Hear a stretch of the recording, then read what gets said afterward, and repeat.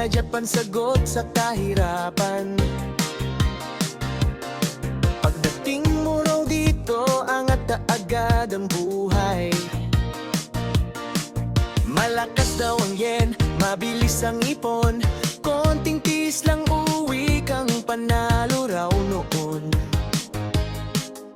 Pero pagdating dito may kasunod pala, hindi sinabing may listahan ng bayarin pala. Akala ko sweldo ko buo kong hawak, pagtingin ko sa payslip, teka sino ang may gawa?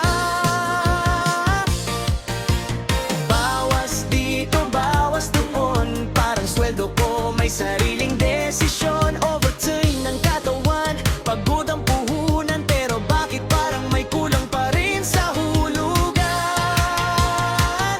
Hindi na sagot sa kahirapan ng Japan, hindi na shortcut ang pangarap noon pa man. May trabaho ka nga pero daming bawas dyan, real talk lang to, hindi reklamo kaibigan. Hindi na sagot sa kahirapan ng Japan, kailangan diskarte, hindi lang lakad at dasal. Masaya pa rin pero dapat malinawan, hindi magic ang Japan, pinaghihirapan pa rin ang lahat.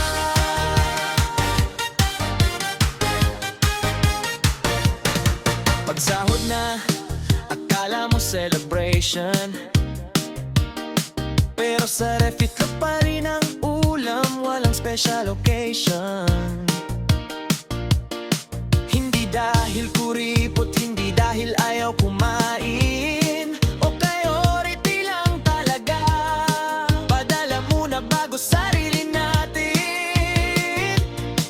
Sa Pinas daw mahal na rin ang bilihin, kaya kahit mahirap dito kailangan pa rin umiti. Okay lang ako kahit konti lang natitira, o review life to, sanay na sa ganitong eksena.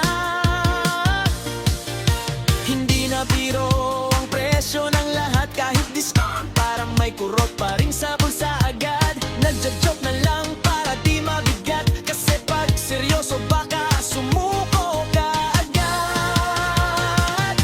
Hindi na sagot sa kahirapan ng Japan, hindi na automatic ang ginhawa sa bayan.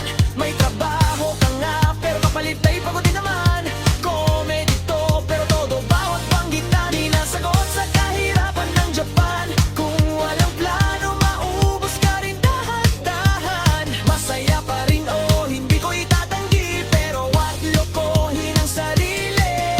Hindi ako galit, hindi rin nagsisisi, ginusto ko to, alam ko ang kapalit nito dati. Tatawa na lang tayo habang lumalaban, kasi ganito na ang totoong kalagayan. Hindi na sagot sa kahirapan ng Japan, o baka nagbago lang ang mundo at panahon. Kung dati madalyon kayon, kailangan talagang kayanin. Tanong lang to, handa ka ba sa